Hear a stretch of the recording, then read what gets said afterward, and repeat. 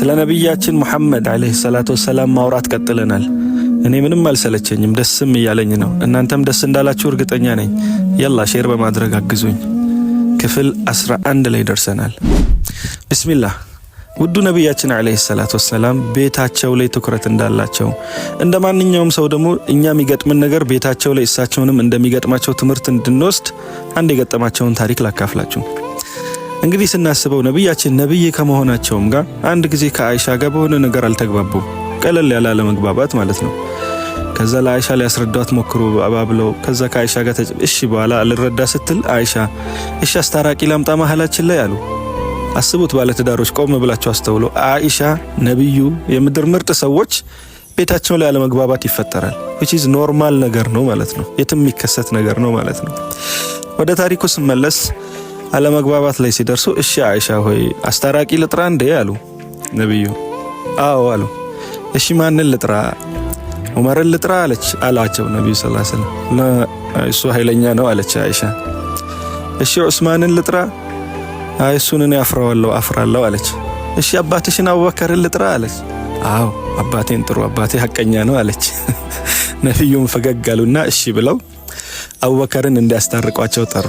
እሺ አቡበከር ከተሻለ አቡበከር ይምጣ አሉ። በሷ ምርጫ ማለት ነው። ሽማግሌው መጣና አቡበከር ምንድነው ችግራችሁ ብሎ ያኒ እያወሩ ሳለ ንግግሯ መሃል ገና ሲጀምሩ ይኸውል ነብያችንን ነው የምትለው፣ ትክክለኛውን ነገር ተናገር፣ እሺ እውነተኛውን ነገር ተናገር ትላለች አይሻ ስትል አባቷ አቡበከር ረዲየላሁ ዐንሁ አንቺ ስም በይ ነብዩን እውነት ተናገር ትያለሽ እንዴ? ነብዩ ውሸት ተናግረው ያውቃሉ ብሎ በጥፊ ሊመቷት እንደዚህ ሲሉ ተደብቃ ነብዩ ጀርባ ስር መታ ድብቅ አለች አይሻ ራሷ ማለት ነው።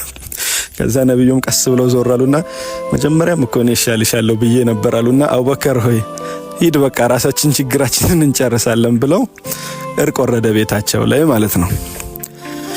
ከዛ በሌላ ጉዞ አቡበከር ከቤታቸው እንዲያለፍ ሲል በደስታ ፏ ብለው እየተሳሳቁ ሲያይ አቡበከር ምን አለ ይባላል በሌላ አሰር ላይ እናንተ ምንድነው በጥል ጊዜ ነው እንደምትጠሩኝ በደስታያችሁ ጊዜ አትጠሩኝም እንዴ ብሎ አቡበከር ቀልዶ አለፈ ይባላል በሌላ ሪዋያ። ስለዚህ ውዱ ነብያችን ቤታቸውም ላይ ችግር ሲመጣ አፈታቱን ያውቁበታል። ቤታቸው ላይ ችግር መፈጠሩ በራሱ ለኛ ትምህርት ነው። በዚህ ጊዜ ማንኛውም ሙስሊም ቤት ላይ ትዳራችሁ ላይ ህይወታችሁ ላይ ችግር ሲፈጠር አትደናገጡ።